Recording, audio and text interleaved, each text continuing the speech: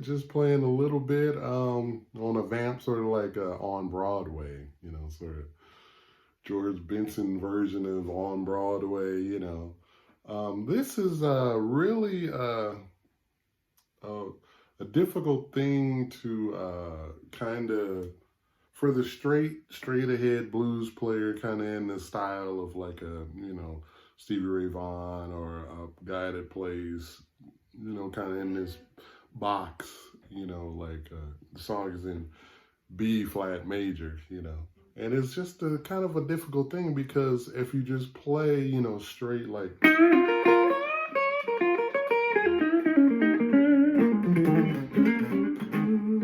to my ears, that just sounds a little funny. It sounds like you want to go major. I always kind of like,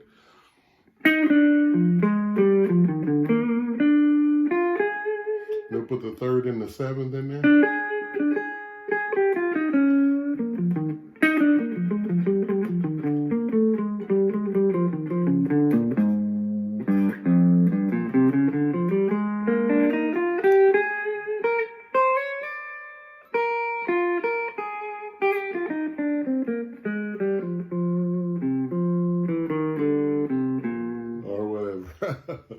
But I always kind of look at it like that. So I'm playing kind of a little bit more kind of major pentatonic, mixolydian a little bit in there, just that major third and seventh in there.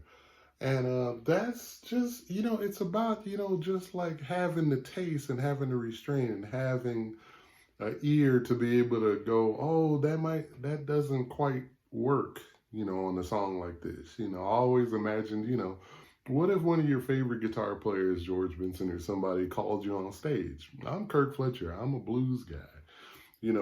what could I do? How could I impress him? You know, I mean, it's definitely not going to be, I can't play anything technically sophisticated that's going to impress him. So I think heart and soul is one of the big things when it comes to, playing for your heroes, or you getting the opportunity to play with your heroes, or getting to sit in with your heroes. The heroes, they're your heroes because they can probably do something really, really well. So if you try and go into that ball game with them, a lot of times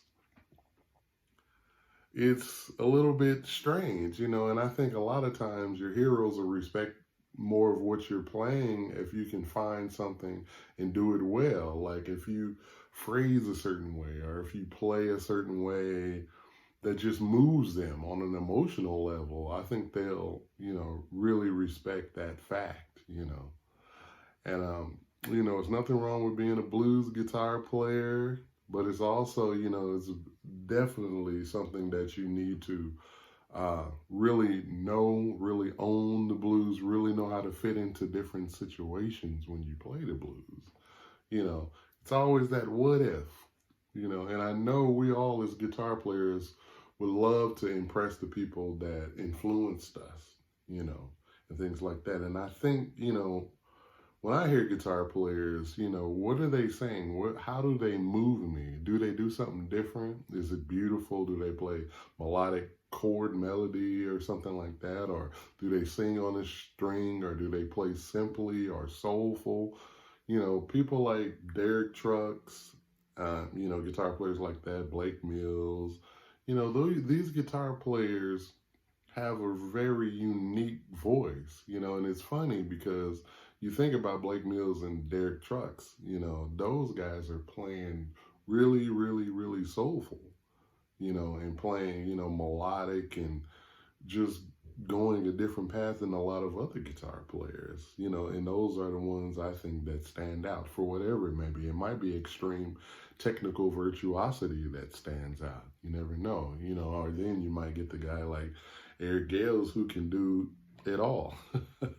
He's got the virtuosity, he's got the soul, and all of those things, So, but, Eric Gales, there's, only one Eric But, melodic and saying something with your phrasing is never a bad thing. I mean, some of the greatest guitar players of all time, have such a great melodic sense and melodic phrasing, So you can't go wrong with that. So just put an ear to different things, when you hear, develop taste in your playing.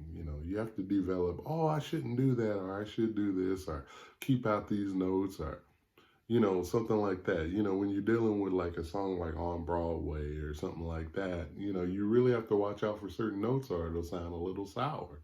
And that just comes with experience and time, I mean, like you even got a song like,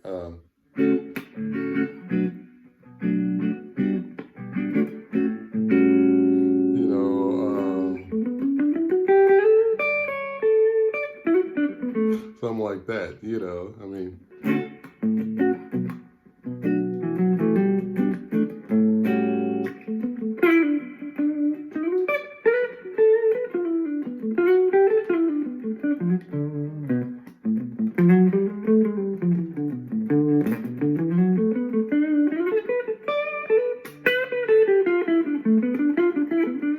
So you have to know when you can put that sort of minor pentatonic in there, kind of, it's just all about taste.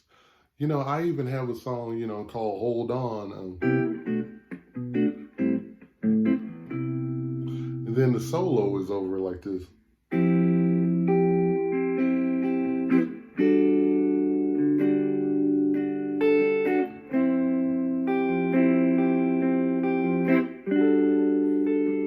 And for an effect sometimes I'll go into like the B.B. King, I'll start off with, more melodic, thinking more melodic than,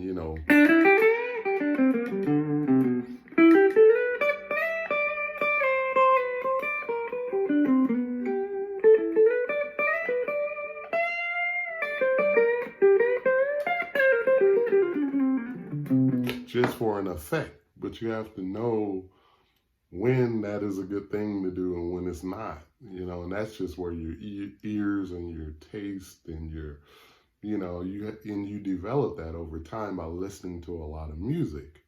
Because if your only reference is one thing, then you're going to play one thing and it's not always going to fit in every context. So you develop on your instrument and you develop your ears, and you have to have different references. Like I'll put up videos or I'll post things on Instagram and they'll be like, oh man, that sounds like, John Mayer, or that sounds like, this, or that sounds like that, because that's all, that, he or she may know, or, oh, that sounds like Jimmy Vaughn or something like that, which it probably does. But, there's a whole language, a whole history that goes way beyond those players, I mean, you think about Lightning Hopkins and you think about all of these different things. And it's fun for me to reference some of these older things, and the makeup of songs, with great guitar players like, Bobby Womack or somebody like that. So you have to definitely develop your ear. I know I've said that in other videos, but it's definitely very important to develop your ear and to listen and know other references. When somebody plays something, oh, they might be playing like Mark Knopfler, or they might be playing like, whoever, they might have a Neil Young thing going on. It's just developing that ear. All right. I'll see you soon. Take care. Kirk Fletcher.